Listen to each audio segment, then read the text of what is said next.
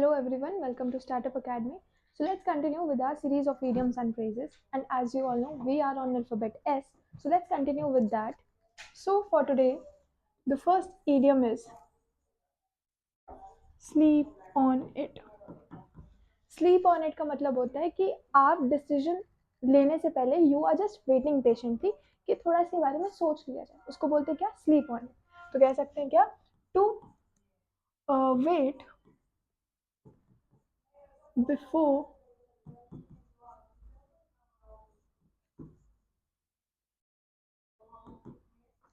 Alright. तो in order to frame its sentence, what we can say is we can say that I'll sleep on it and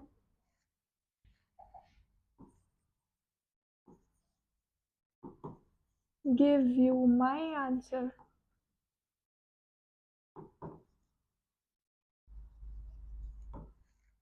tomorrow. This is called sleeping on it. ठीक है, तो sleep on it पर बहुत सारे sentences और भी अच्छे तरीके से यू ऑल कैन फ्रेम. जैसे कि आपको कोई प्रपोजल आया है ऑफ द जॉब, और बिफोर एक्चुअली रिस्पॉन्डिंग कि हाँ हम बिल्कुल तैयार है, बिल्कुल तैयार है, instead of that you are just waiting patiently, you are just thinking over the situation, और फिर उसके बाद you will just go and respond कि हाँ ठीक है, वील एक्सेप्ट और we are not accepting, like that sort of, that is your will. ठीक है, तो जॉब से related you can frame a sentence. Proposal किसी और चीज का भी हो सकता है, तो with that also you can just think of it. Now we are moving on to the next idiom for today, which says slack off. Slack of का मतलब होता है बहुत धीरे धीरे, लैगिंग हो गई है, बहुत ही धीरे धीरे आराम से काम करते चल रहे हैं, झूमते झूमते से. अब एग्जाम नहीं आ रहे हैं अभी, सपोज करो एग्जाम अभी थोड़ा सा दूर है, ठीक है, तो आप आराम आराम से झूमते झूमते पढ़ रहे हो. जैसे ही एग्जाम आएगा तो आप क्या करोगे, आप एकदम से बहुत ज्यादा एक्टिव हो जाओगे and you will be giving your complete time to studies. तो एग्जाम दूर है तो it is becoming slack off. Exam पास आ जाएगा तो you will be giving your whole time towards the studies. ठीक है, तो अगर दूर है तो कैसे पढ़ रहे हो, धीरे धीरे आराम आराम से, तो कहोगे क्या, putting less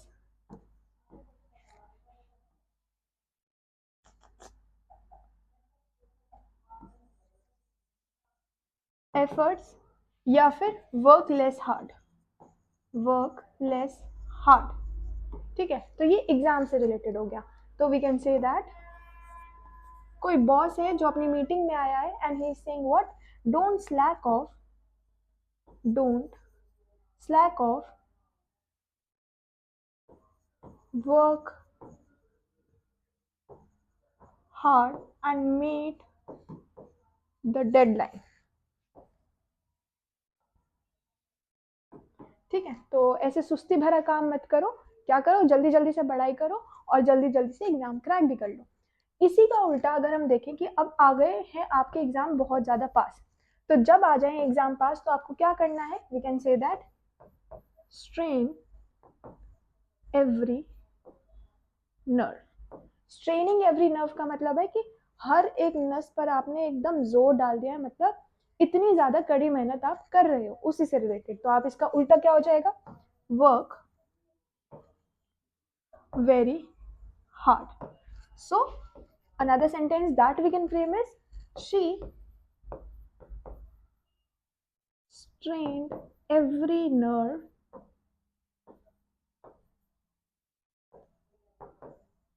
in order to crack the exam.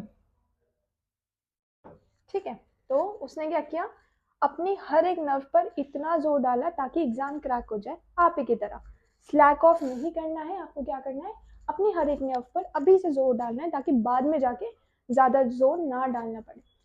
ठीक है, so we are moving on to the next idiom for today, which says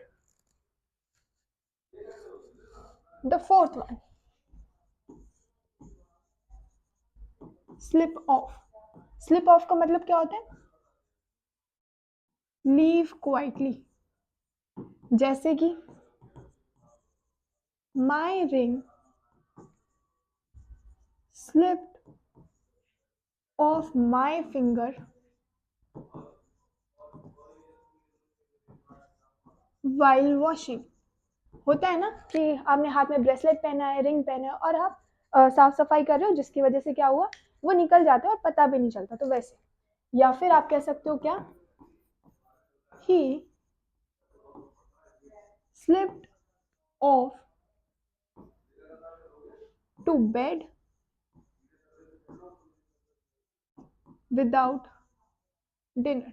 सोचो, कोई जनाब थे, गुस्से में थे, और गुस्से में थे तो डिनर के बिना ही just went off to sleep, तो उसको बोलेंगे क्या, उसको हम बोलेंगे स्लिप ऑफ, तो he slipped off to bed without dinner. Then another thing that we have is the fifth one, which says small potatoes। Small potato, अब आप बाजार में जा रहे हो, छोटे छोटे चीजें थोड़ी खरीदने जाओगे, जब आपका आइटम लिस्ट बड़ी हो जाएगी then only you will be going. तो छोटे से आलू है तो उसके लिए बाजार नहीं जाना, यहीं से किसी से मंगवा लेते ब्लिंकिट करवा के, ठीक है।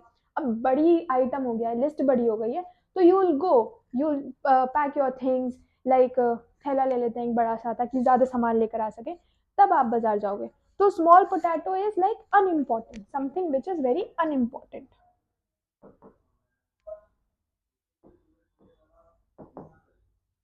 ठीक है।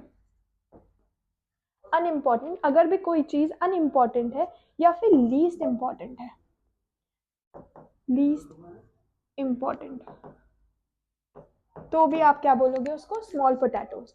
तो what we can say is don't focus on small potatoes,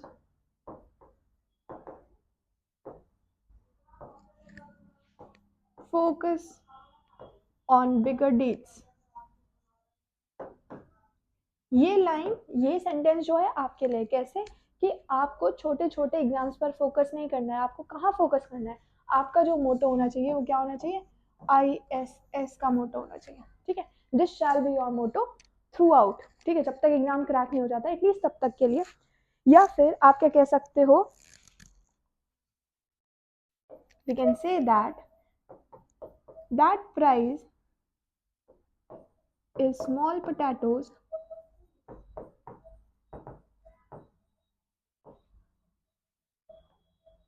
compared to grand one, ठीक है। तो that price is small potatoes compared to what, compared to grand one, so here you go with small potatoes, again with small potatoes, and let's go again with small potatoes, here it was slipped off and here it was slipped off, ठीक है। moving on to the next idiom, we have the sixth one, which says smash it। Smash it का मतलब है एकदम फाड़ू, जिसको बोलते हैं ना फाड़ देंगे, जैसे फटा पोस्टर निकला हीरो टाइप ऑफ, तो एकदम फाड़ू जिसको बोलते हैं। एग्जाम कैसा गया, I smashed it in my exam because मेरा एग्जाम बहुत अच्छा गया, इजी था, बहुत ही ज्यादा, तो आई स्मैश्ड इट, ठीक है। या फिर आप कह सकते हो कि how was your match, so you can say that she smashed at the match and she one the match, या फिर the team one the match, तो ऐसे कुछ भी, ठीक है। तो आप लिख सकते हो क्या, ग्रेट सक्सेस। इसी से रिलेटेड हम सेंटेंस बना सकते हैं, जैसे कि the new movie will smash it at the box office, ठीक है। तो स्मैश इट का मतलब क्या हो गया, जो नई मूवी है एकदम ब्लॉकबस्टर साबित होगी, तो उसी को बोलते हैं क्या, सक्सेस। तो मूवीज के केस में ब्लॉकबस्टर हम यूज कर लेते हैं, और अदरवाइज आप यूज कर सकते हो क्या, smash it. Moving on to the next idiom which says smell blood। Smelling blood का मतलब है आपने किसी के बारे में जो भी कोई कमजोरी है वो आपको पता चल गया, तो we can say that sense opponent's weakness। ठीक है, तो अगर कोई ओपोनेंट है उसकी वीकनेस का पता चल जाए तभी तो आपको फायदा है। आप सेंस करते रहो ब्लड अपने साथियों के, क्या फायदा, कुछ फायदा नहीं है। You will have to help them, पर फायदा कब है, जब आप ओपोनेंट के बारे में पता कर सको। अब ये कंपनी से related you can frame a sentence की एक कंपनी थी and you just sensed smell their blood, और फिर आपने उससे रिलेटेड अपनी कंपनी के अंदर प्रोग्रेस करा दी and due to which you are earning more than enough. तो उससे related you can frame a sentence. और another sentence that you can frame is, we can say that my lawyer will smell blood and sue them heavily। मतलब मेरा जो lawyer है वो blood smell कर लेगा और फिर सबको पता चल जाएगा कि कौन किसके काबिल है और किसके नहीं। ठीक है, तो उसी को बोल रहे हैं ये क्या, smell blood. So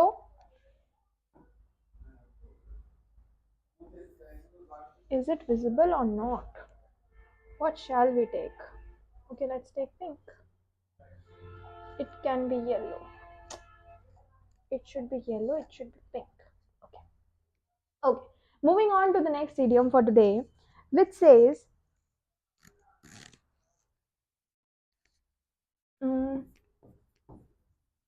snake in grass।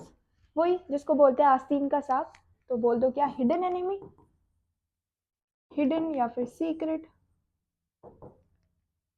Enemy, जिसको बोलते हैं क्या, आस्तीन का सांप। ठीक है, और सांप को बनाने के लिए हमें कौन सा कलर यूज करना चाहिए, we should use this colour. ठीक है, तो यहाँ पर बना दो क्या, this is your snake.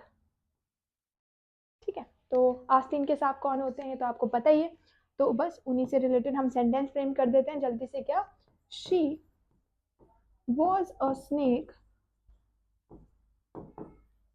In grass stealing company secrets. Snake in grass stealing companies secret, तो ये क्या बन गई, आस्तीन का सांप। हम तो यहाँ पर बात ही कर रहे थे कि ओपोनेंट के बारे में जान रहे थे, इसलिए तो क्या किया, she just stole the company's secret। Now we are moving on to the next idiom, which says the eighth one, oh sorry, the ninth one. Was it eighth or ninth? Okay, ninth only. So it says smooth sailing। Smooth selling का मतलब होता है easy progress.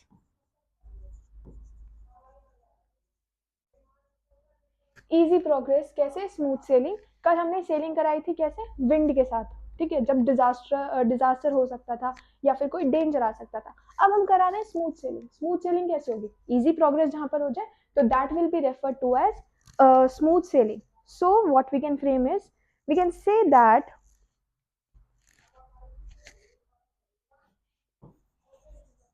after the launch it was smooth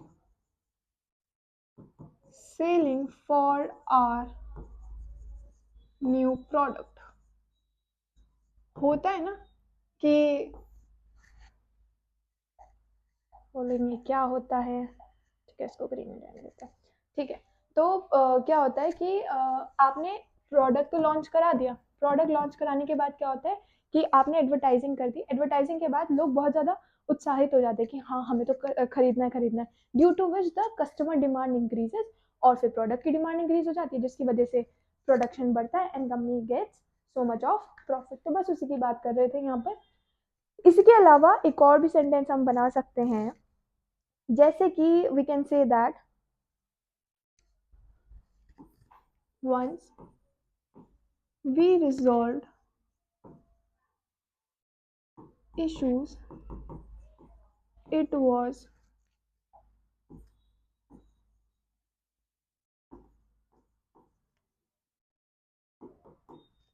smooth sailing. एक बार आपने सारे काम खत्म कर दिए तो it became what? It became smooth sailing. Now moving on to the next idiom which says snowed under. Snowed under का मतलब है बहुत बाहर है अभी कंधों पर. कंधों पर बाहर होना मतलब कैसे हो? बहुत ही ज्यादा बिजी हो. बिजी सॉर्ट ऑफ पर्सनालिटी आपकी. और बिजी कौन होते हैं? सबसे ज्यादा बिजी होते हैं कॉलेज वाले बच्चे. तो we can say that she is snowed under with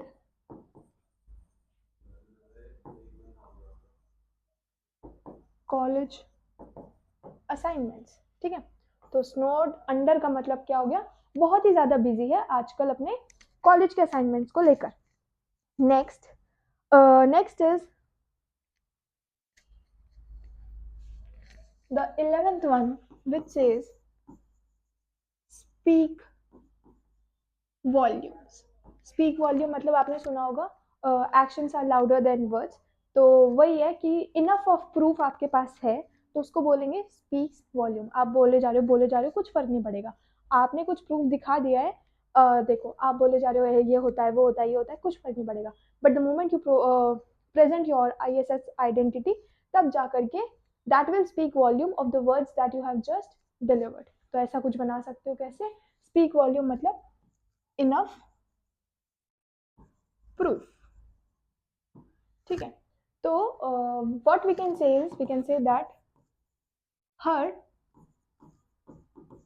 actions speak volumes for her character. ये तो खैर सभी के लिए बात है क्या कि जो जैसा कर रहा है उसके जो एक्शंस है उसका जो कैरेक्टर है वो एक्शंस में रिफ्लेक्ट हो जाता है नो मैटर व्हाट. अगर आप टाइम बिताओगे तो ऑनलाइन तो यू कैन जस्ट प्रिटेंड. कितना भी आप प्रिटेंड कर सकते हो. Okay. Moving on to the next idiom for today which says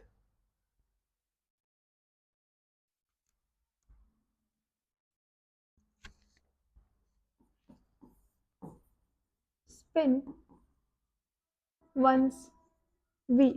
That is to make a lot of efforts without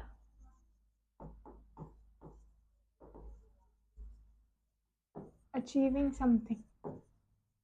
बस गधों की तरह चले जा रहे हैं अचीव अभी तक कुछ हुआ नहीं है. तो उसको हम बोलेंगे क्या? Spin one's wheel. मतलब कि एफर्ट्स पूरे लगा दिए पर अचीवमेंट अभी तक कुछ नहीं हुई है तो उसको बोलेंगे क्या? Spin one's wheel.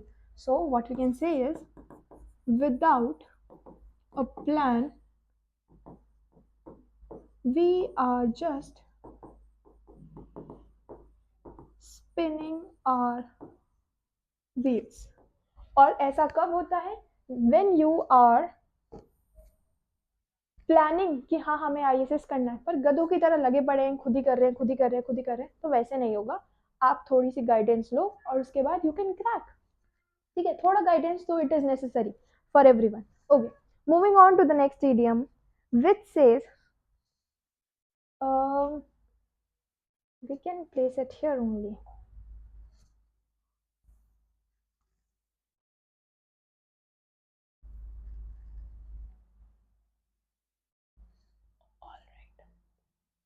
Okay. The 13th idiom which says split hair.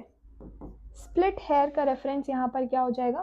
Split hair का मतलब हुआ स्प्लिट हेयर को बोल सकते हैं ओहो ये कलर तो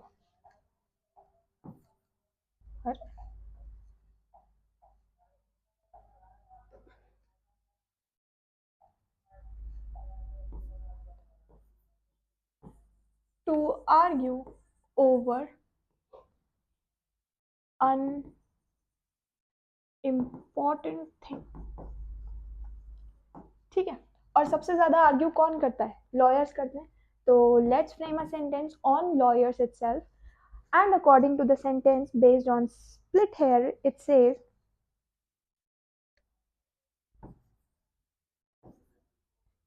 the lawyers are splitting hair on contact details। अब ये याद कैसे करोगे? बाकी सारे तो इजी थे याद करने। स्प्लिट हेयर्स आपने देखा होगा, जिन लोगों के स्प्लिट हेयर्स होते हैं, अगर आप उनके बारे में सोचते हो, ये करते हो, वो करते हो, कुछ फायदा नहीं है, ठीक है, बकवास चीज़ है, क्या ही सोचोगे। तो बस उसी से related what you can remember is splitting hair, ठीक है। तो split hair becomes an important idiom which is called split hair. मतलब इम्पॉर्टेंट ईडियम है क्योंकि ये आया है आपके PYQ में, जिसका मीनिंग है क्या? अनइम्पॉर्टेंट चीजों के बारे में आप डिस्कस कर रहे हो, but it is important whose meaning is unimportant, ठीक है। Okay, now moving on to the next idiom which says 14th one,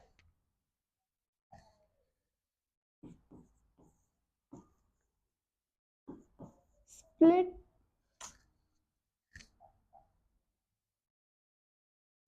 spring to mind।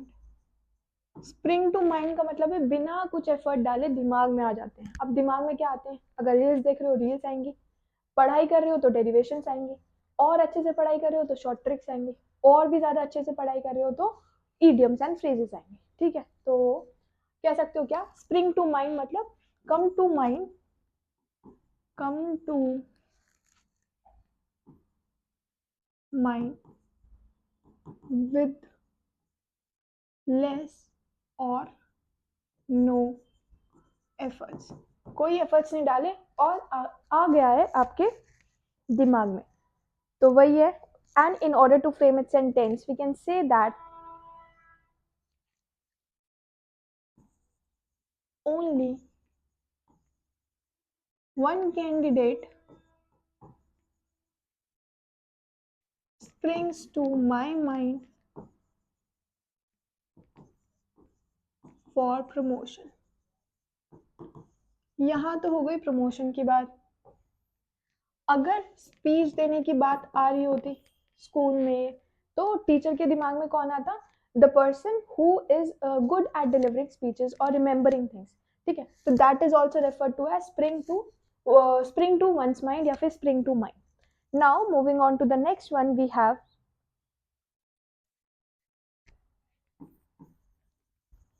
square peg in round hole। Now see, there's a square, here it is a square, और यहां पर है round, ठीक है। there's a round and there's a square। ये कह रहा है क्या?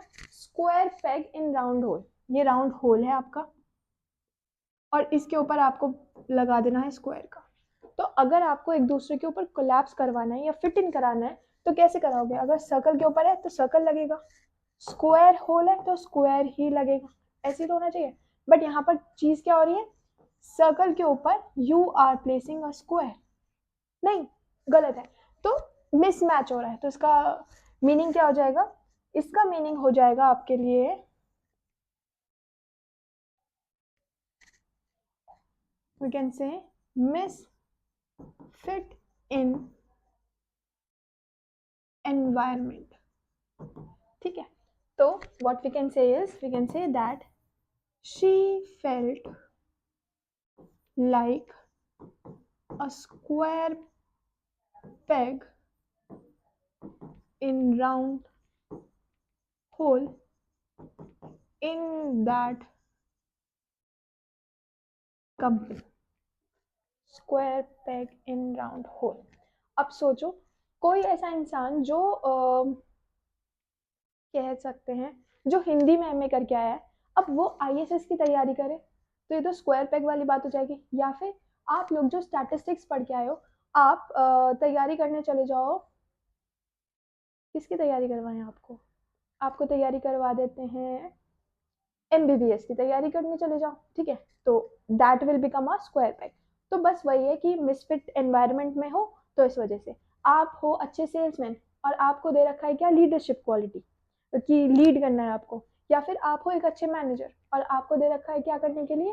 प्रेजेंटेशन बनाने के लिए आपको काम दे रखा है। So that will again be a miss misfit in the environment. अब इसी का opposite जो idiom है, that is the 16th idiom. I think I should change a pen. Okay, the 16th idiom which says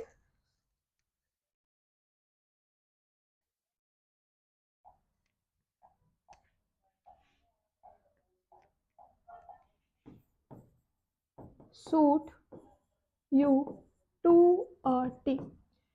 square peg in round hole का बिल्कुल opposite हो जाएगा क्या? Suit you to a T. अब suit करिए, कोई चीज सूट करिए तो मतलब क्या है?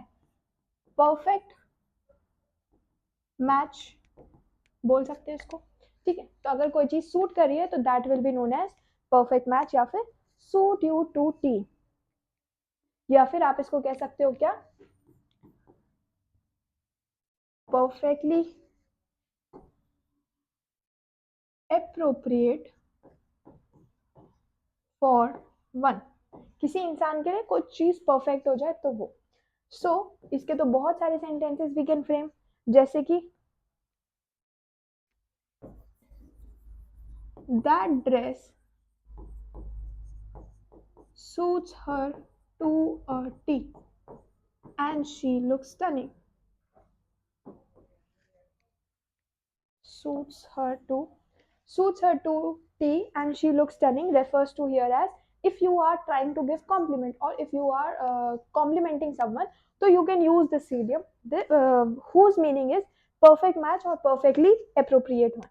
ठीक है, so and this is the opposite of the one that we did at the 15th number which is square peg in round hole, जिसका मतलब होता है क्या?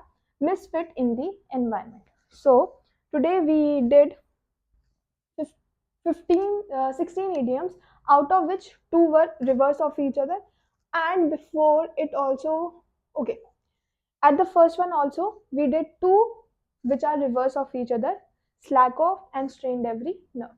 So this was all for today. We shall continue tomorrow with the same idiom and the same alphabet. Thank you.